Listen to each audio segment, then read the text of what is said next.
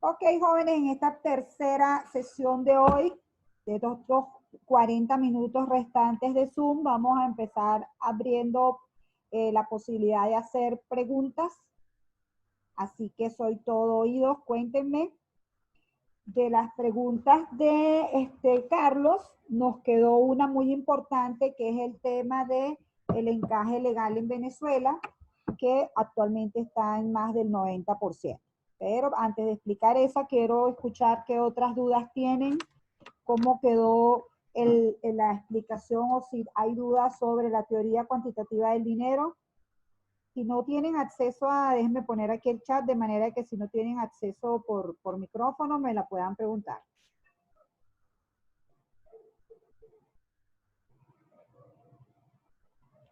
Entonces tengo aquí el chat abierto, ¿ok? Pueden preguntar de cualquiera de las dos. Preguntas sobre la teoría cuantitativa del dinero. Preguntas sobre las teorías de la inflación.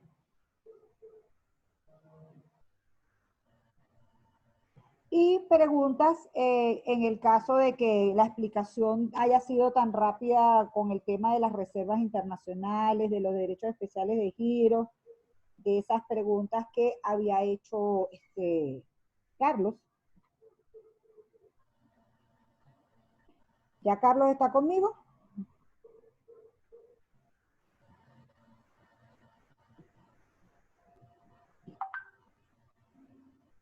Silencio sepulcral, jóvenes. ¿Qué significa? Que está todo listo, todo se comprende. Vamos a ver cuántos de ustedes tengo. 12, wow. Creo que algunos como que decidieron no regresar. Por cierto que gracias por el dato de M7, de verdad que está colapsadísimo M7 y hubiésemos perdido nuestro tiempo tratando de ingresar a M7.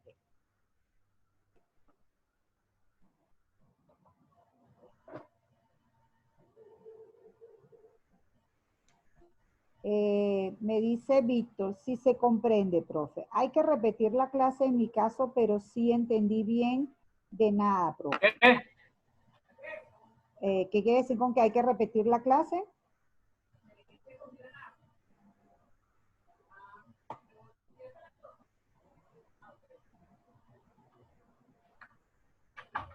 No entendí lo que quieres decir con que hay que repetir la clase.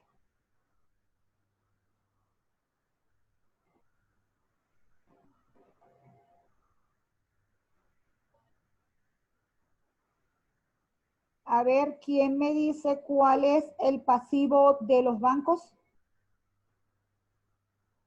¿Cuál es la variable que es un pasivo para Los depósitos. Los depósitos en efectivo. los depósitos? Solo los depósitos, ¿sí? El dinero que está circulando en la calle, en los bolsillos de las personas, no es un pasivo para el Banco Central. Estamos hablando de un banco normal, no de todo el sistema, ¿ok? Y del lado de los activos, ¿cuáles son sus activos? Las reservas bancarias. Las reservas bancarias. Y los créditos. Y los créditos, que lo hemos llamado financiamiento bancario, lo podemos llamar crédito interno, cualquiera sirve, ¿ok? Entonces, ¿qué hemos dicho nosotros? Hemos dicho que de un porcentaje de depósitos del 100%, ¿verdad? Vamos a ponerlo en porcentaje.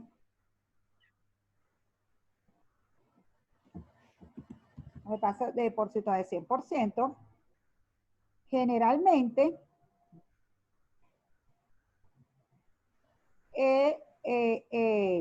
el banco exige, supóngase que en este caso, no sé, el banco exige que sea 20% el encaje, ¿ok? Y eso significa que los bancos pueden prestar hasta 80, ¿cierto? ¿Estamos bien hasta ahí? Sí, profe. Ok. Lo que hizo el gobierno venezolano es que dijo, vamos a hacer una cosa, de los nuevos depósitos, por eso se llama encaje marginal, ¿ok? De los nuevos depósitos, es decir, si estos depósitos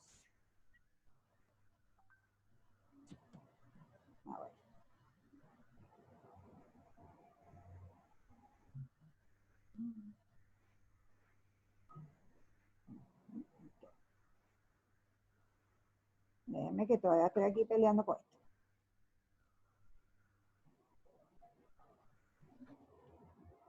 Ah, porque está aquí abajo, ok. Por fin. Ay, Dios mío, entonces. Quisiera que esto tuviera un F2. Fuera yo feliz que esto tuviera un F2.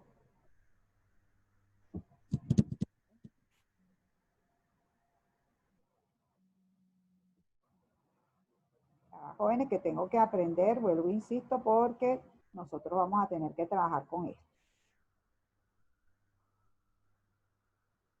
No, ahora sí me comió, jóvenes. Entonces, bueno, como me comió, agarramos aquí. Y hacemos otra aquí. Igual aquí.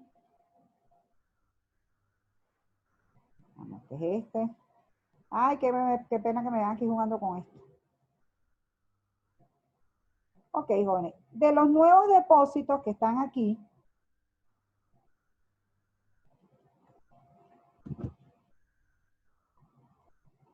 el banco dijo, el gobierno dijo, bueno, los nuevos depósitos, supónganse que los nuevos depósitos son 100 más.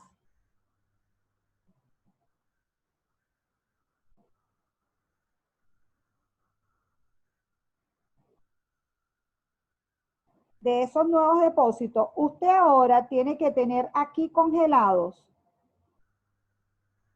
90, ¿ok?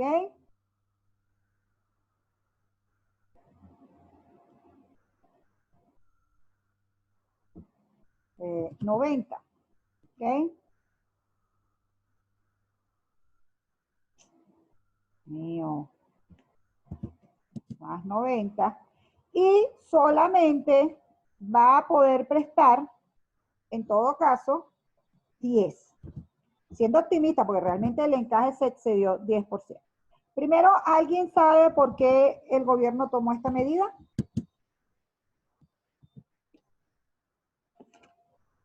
Nos estamos entendiendo, ¿verdad? Ahora si el banco recibía unos depósitos nuevos de 100, no podía prestar 90, sino que tenía que dejar 90 guardados y solamente podía prestar 100. Fíjense que ahora los créditos dan 90 y aquí esto da una alta proporción, ¿ok? Lo que está significando esto es que ahora los bancos no pueden prestar el dinero. Es decir, es como que usted fuera un productor de quesos y entonces resulta que la nueva cantidad de quesos que le llegue usted no la puede vender, sino que la tiene que guardar guardada en los estantes. ¿Se imaginan esa realidad? ¿Qué pasaría con la actividad productiva en ese caso?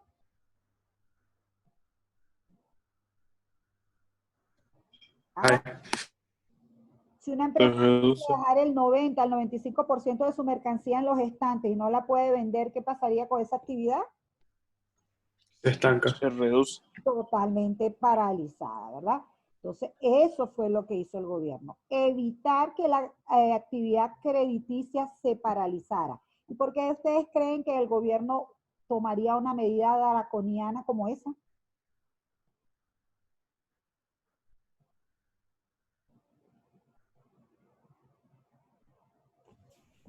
¿Ninguna idea? Ajá. Para que no haya inflación. No para que no haya inflación directamente, para que no haya demanda del crédito para comprar dólares, que esa compra de dólares presione al tipo de cambio y que entonces el tipo de cambio presione el precio de los bienes importados y con ello la inflación, ¿sí? Además de todo, el poder de compra que se pierde cuando aumenta el tipo de cambio, ¿sí? El gobierno sabe que está frente a una oferta de divisas tremendamente limitada y que hay una pérdida total y absoluta del valor del bolívar y que siempre que los agentes económicos tengan bolívares se van a ir al mercado cambiario a cambiarlo por dólares. Entonces, una forma que trató de encontrar para que el tipo de cambio no fluctuara tan fuerte como lo ha hecho, todavía no hemos visto estadísticas, no, sí vimos estadísticas del tipo de cambio, ¿verdad? Sí las vimos en las variables. Vimos que las variaciones han sido simplemente tan tremendas como la de la inflación, ¿recuerdan? Y entonces en ese caso el gobierno dijo, bueno, vamos a congelar totalmente el crédito, total, tenemos una economía que en términos reales está haciéndose cada vez más chiquita, porque realmente los agentes económicos no estaban usando ese crédito para invertir y para aumentar el empleo y la producción de bienes y servicios, sino que están usando ese dinero para comprar dólares y generar presiones sobre el mercado cambiario. ¿De acuerdo? Entonces, esa fue la razón. ¿Les parece que ha sido efectiva la medida?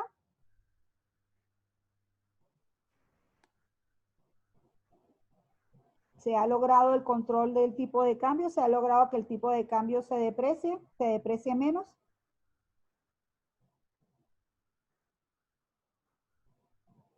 No todos a la vez, jóvenes.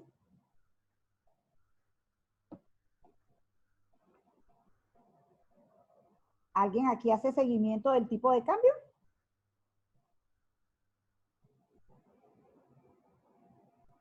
Ah, jóvenes.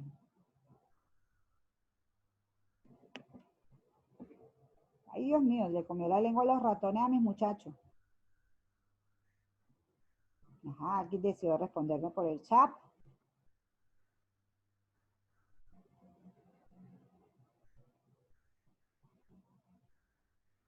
Ok, perfecto. Fíjense, jóvenes, el tipo de cambio, a ratos el gobierno por ahí en el año pasado logró cierta estabilidad del tipo de cambio y estaba muy contento, ¿verdad? De hecho, se logró una apreciación del tipo de cambio y empezaron a figurar por allí los bodegones y todo este tipo de cosas.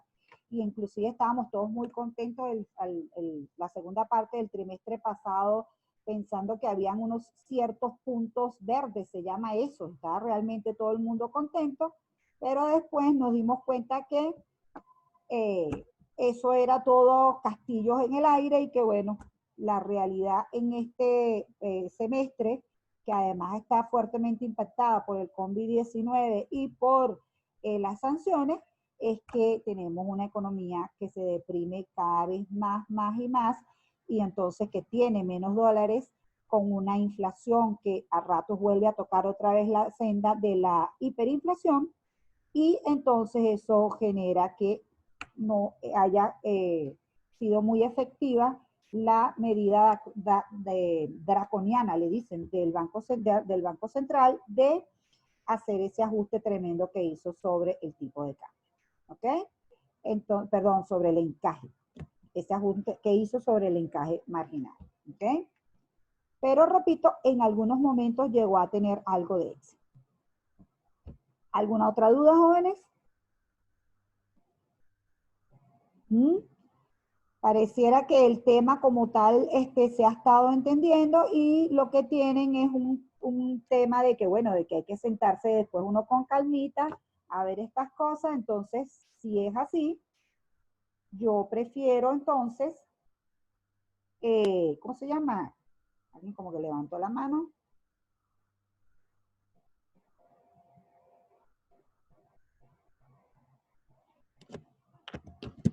Y veo tu mensaje, mi amor.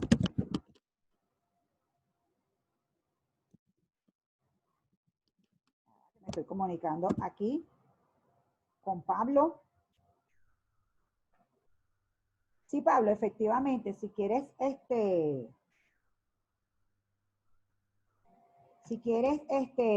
yo puedo leer tus mensajes. ¿Quieres escribir y que lea tu mensaje? O sea, ¿tienes alguna pregunta?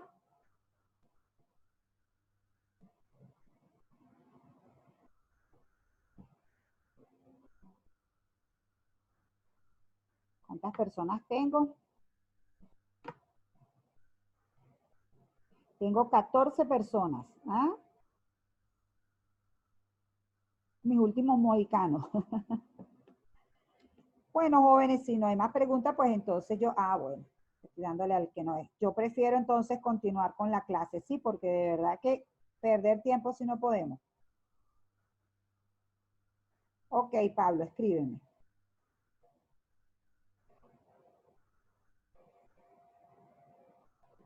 Me compartiendo pantalla.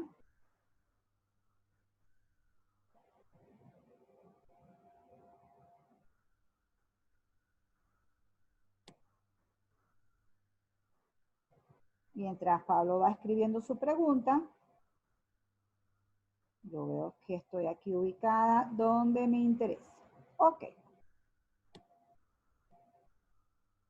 Esto para acá. Fíjense, jóvenes, ya vimos entonces que las causas de la inflación tienen que ver o con fenómenos monetarios o con presiones del lado de los costos o con limitaciones del lado de la oferta, ¿ok? Básicamente esos son los fenómenos que generan inflación. Y que entonces el Banco Central, por mucha potestad que tenga para imprimir dinero, pues él no está allí para de alguna manera abusar de esa potestad, sino que él está allí para suministrar la cantidad de dinero que los agentes económicos necesiten, bien sea para transacción, bien sea por precaución, bien sea para especular, ¿ok? El punto es que lo que no está bien es que el Banco Central financie operaciones del gobierno tomándose su potestad de señoreaje, porque eso termina generando una inflación que inclusive si ese financiamiento es muy desproporcionado con relación a lo que está pasando en la economía a nivel de producción de bienes y servicios, pues se puede llegar inclusive a la hiperinflación y no hay manera de saltarse eso. Los gobiernos creen que porque hagan controles de precios, porque persigan a la gente, eso es súper común que lo hagan los gobiernos y al final les estalla esa bomba en la cara porque termina sucediendo que la inflación y la hiperinflación llegan y acaban, destrozan lo que decía el profesor Keynes, destrozan totalmente el valor de la moneda y obviamente si se destroza el valor de la moneda y la posibilidad de atesorar dinero, se destroza el propio sistema capitalista. Por eso es que a Lenin, todos sabemos, supongo, quién es Lenin, ¿verdad? Marxista de pura cepa, que es quien implementó el comunismo en la Unión Soviética, cuando era la Unión Soviética, es el padre de la creación de la Unión Soviética, pues entonces se podía cambiar el sistema y tener otro tipo de sistema. Lo que sabemos hasta ahora es que tener otro tipo de sistema distinto al capitalista, pues no termina generando que haya una mayor producción de bienes y servicios, sino que más pronto que tarde empieza a haber problemas de producción, empieza a haber problemas de escasez, empieza a haber problemas de corrupción y empieza a haber problemas de autoritarismo, ¿ok? Entonces, por ahora, este sistema imperfecto que tenemos, que es el capitalismo, no es equitativo, genera desigualdad de la riqueza, se necesita que los estados tengan bastantes posibilidades de redistribuir renta, pero tiene la ventaja de que permite un mayor bienestar, por lo menos en líneas generales, a la economía, ¿sí? Por lo menos se genera ingresos y hay de dónde repartir el ingreso.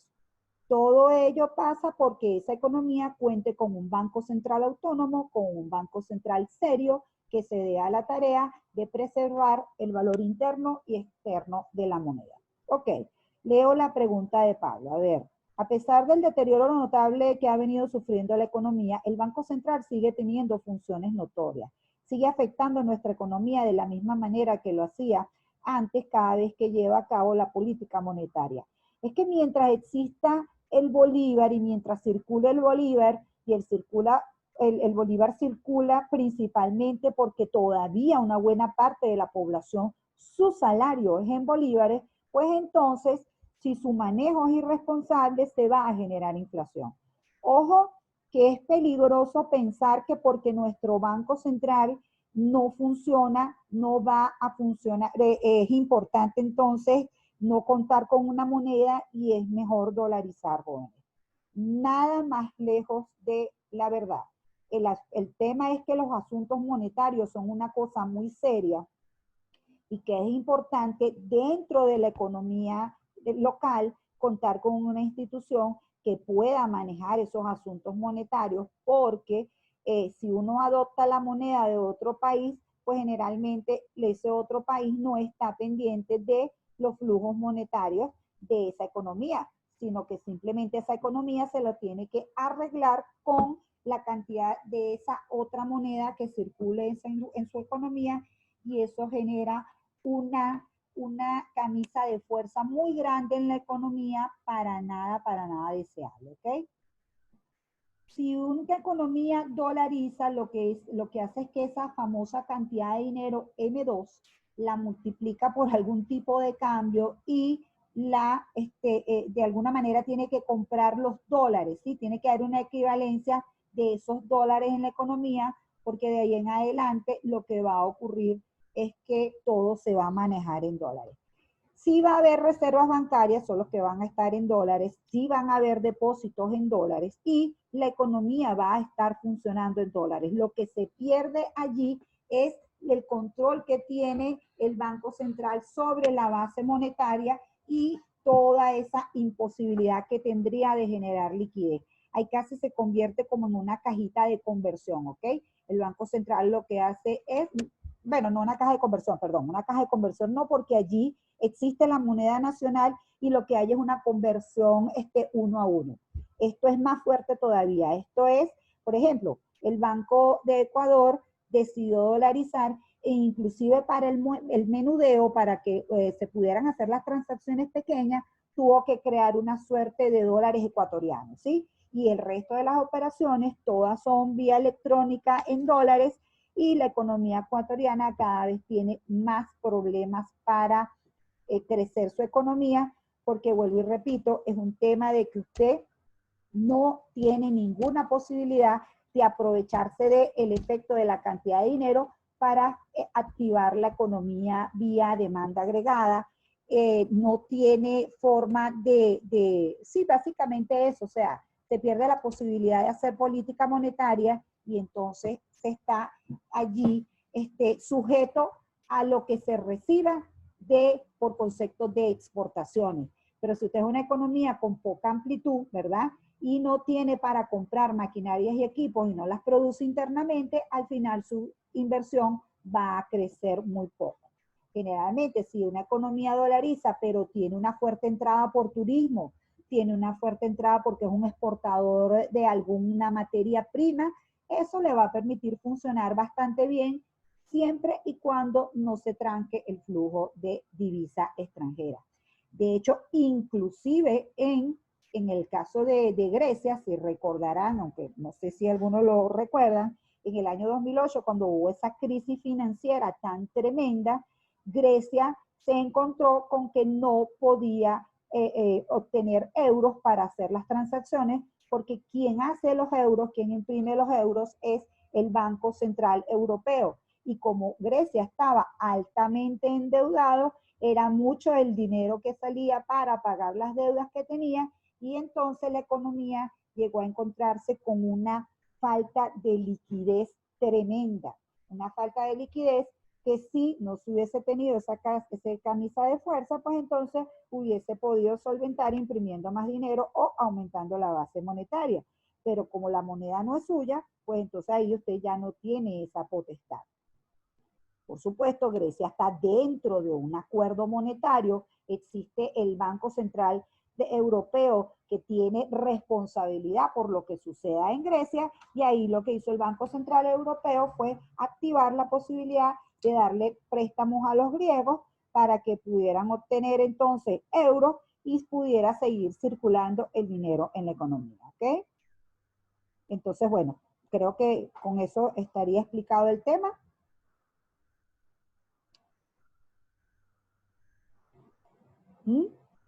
En Venezuela todavía no estamos dolarizados porque no es la moneda de curso legal.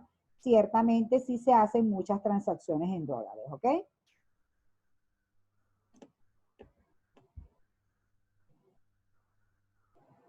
Entonces, bueno, no sé si quedó claro, no escucho más preguntas. ¿Todo bien? ¿Sigo?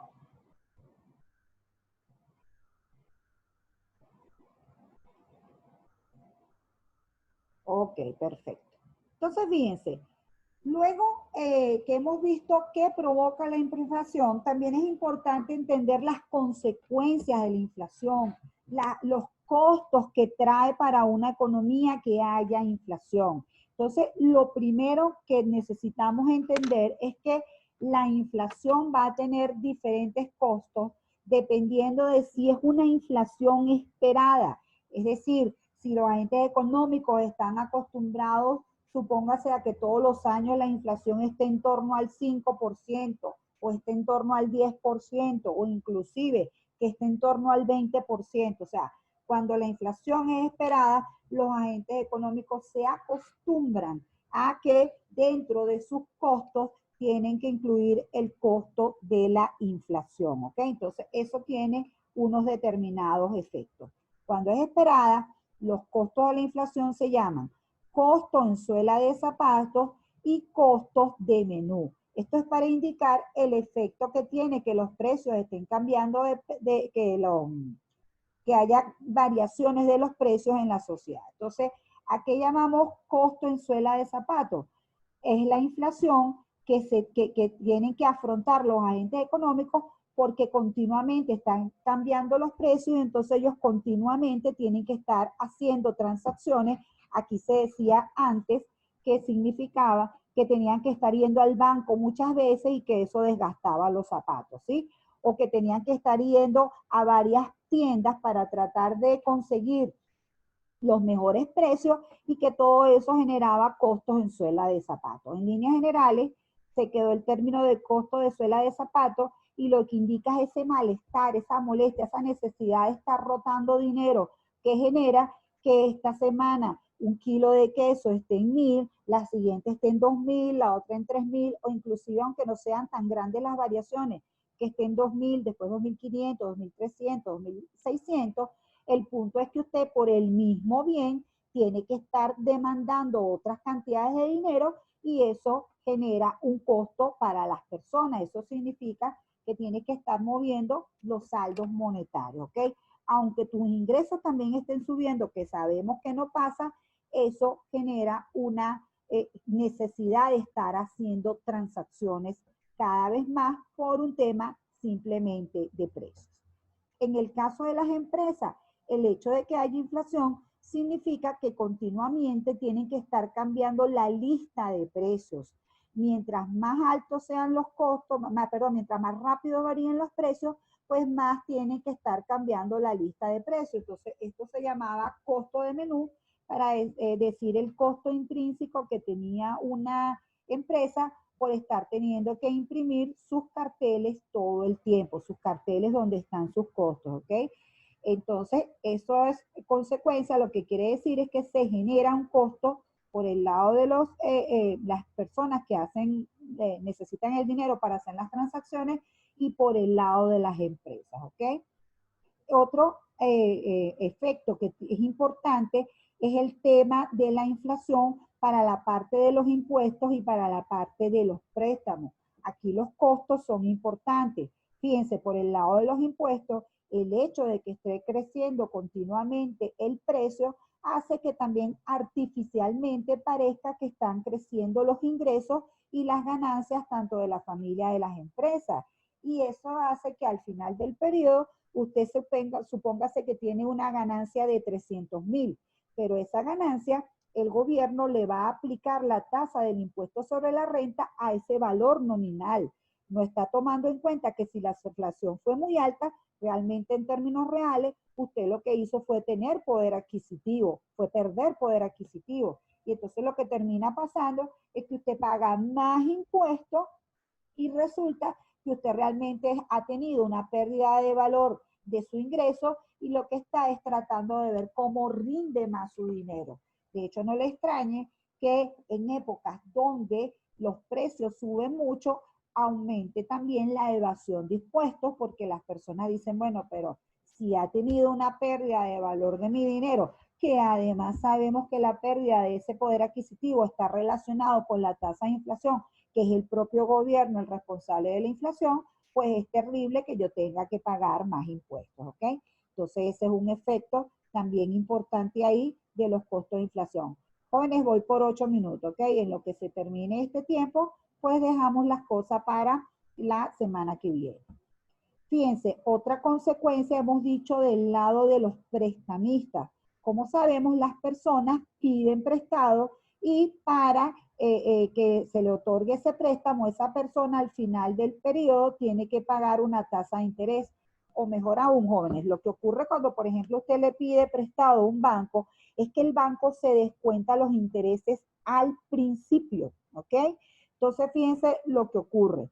Si la tasa de inflación va a crecer 3, 4, 5%, el prestamista incorpora a la tasa nominal esa tasa de inflación y entonces usted va a terminar pagando no solamente el préstamo por el dinero que le están dando, sino que además usted tiene que compensar al deudor por el tema de la inflación, ¿ves? Por eso es que dice aquí, en otras palabras, los prestamistas aumentan la tasa nominal como forma de compensar la pérdida del valor de dinero. Pero para el deudor, esto significa que debe dar más dinero para pagar el mismo préstamo. Repito, ya él ha tenido que pagar los intereses y si el deudor puede ajustar nuevamente la tasa de interés por ese dinero, probablemente ya él hizo la compra con ese bien o utilizó la inversión que iba a hacer con ese dinero y ahora tiene que pagar mucho más por ese dinero. Recuérdense de esta relación en la cual la tasa de interés nominal va a ser igual a la tasa de interés real más la inflación. O si lo quieren ver desde el punto de la vista de la tasa de interés real, la tasa de interés real va a ser igual a la tasa de interés nominal menos la inflación. ¿Ok? Aquí la relación no es entre, sino es más, porque estos son tasas. ¿Ok? Entonces, esta relación que está aquí es importante. Usted va a estar pendiente no solamente de la tasa nominal, sino de la tasa real. Y el prestamista, en este caso, que ya él sabe de por sí que va a haber inflación, va a tratar de cubrirse sobre esos efectos. En el caso de la inflación imprevista, estamos hablando de que los agentes estuvieran esperando una inflación del 4% y ocurrió alguna situación determinada y la inflación terminó en 10, 12, 15%.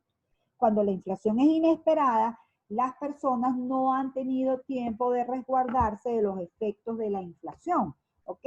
Por eso es que se dice que cuando la inflación es imprevista, los efectos son mucho más perversos. Y lo general, el efecto más grande que ocurre ahí es que ocurre una redistribución forzada de la renta, ¿sí? Cuando la inflación es imprevista, hay unos grupos dentro de la economía que se pueden resguardar mejor de los precios. Básicamente, ¿quiénes son? Los comerciantes, los empresarios en líneas generales. Pero en el caso, por ejemplo, de las personas que reciben un ingreso fijo, como los jubilados, la inflación imprevista deteriora dramáticamente o deteriora pues su poder de compra sin que, y después es que tienen que esperar para recibir compensaciones por esto. Entonces, cuando la inflación es imprevista, se genera una redistribución forzosa de la renta desde los que tienen renta fija y que no pueden hacer mayor cosa para protegerse de la pérdida de valor, hacia los que tienen la posibilidad de mover los precios y de protegerse mejor de esta inflación imprevista, ¿ok? También la inflación imprevista tiene un impacto sobre los deudores, pero en este caso, generalmente la inflación imprevista termina ayudando al deudor. ¿Por qué? Porque resulta que él al principio recibe un dinero, puede invertir y al final el acreedor va a recibir ese dinero y una tasa de interés, pero que probablemente no, ese dinero no va a conservar el mismo valor que tenía cuando él se lo prestó al deudor. Entonces, en ese sentido, allí la tasa de inflación, ¿cómo se llama? La inflación inesperada castiga al acreedor. Y obviamente que castigue al acreedor significa que también se restringe de alguna manera el crédito, ¿ok? Entonces, bueno, esos son los efectos o los costos de la inflación. Decía yo que una inflación moderada no solamente genera costos, sino que también tiene unos beneficios, como por ejemplo que no en el mercado laboral donde el salario nominal es muy difícil que baje, se puede generar alguna reducción del salario en términos reales y esto terminaría impulsando a la economía, ¿ok? Pero repito, estamos hablando de tasas de inflación moderadas, bajas, ¿ok? No que la inflación sea grande.